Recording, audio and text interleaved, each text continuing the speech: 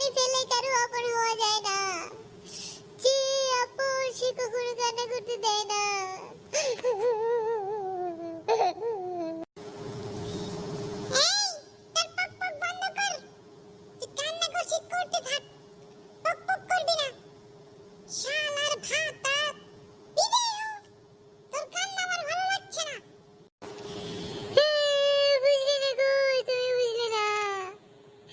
যখন